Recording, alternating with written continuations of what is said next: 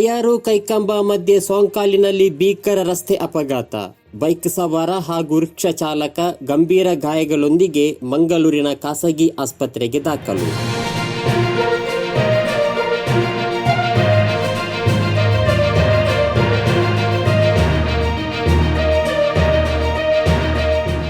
ಬಾಯಾರು ಕೈಕಂಬ ಮಧ್ಯೆ ಸೋಂಕಾಲಿನಲ್ಲಿ ಇಂದು ಮಧ್ಯಾಹ್ನ ಬೈಕ್ ಹಾಗೂ ರಿಕ್ಷಾ ಪರಸ್ಪರ ಡಿಕ್ಕಿಯಾಗಿ ಉಂಟಾದ ಅಪಘಾತದಲ್ಲಿ ರಿಕ್ಷಾ ಚಾಲಕ ಹಾಗೂ ಬೈಕ್ ಸವಾರ ಗಂಭೀರ ಗಾಯಗಳೊಂದಿಗೆ ಮಂಗಳೂರಿನ ಖಾಸಗಿ ಆಸ್ಪತ್ರೆಗೆ ದಾಖಲಾಗಿದ್ದಾರೆ.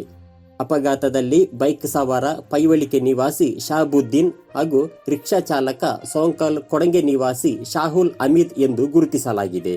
ಘಟನಾ ಸ್ಥಳಕ್ಕೆ ಮಂಜೇಶ್ವರ ಪೊಲೀಸರು ಆಗಮಿಸಿ ಪ್ರಕರಣವನ್ನ ದಾಖಲಿಸಿಕೊಂಡಿದ್ದಾರೆ.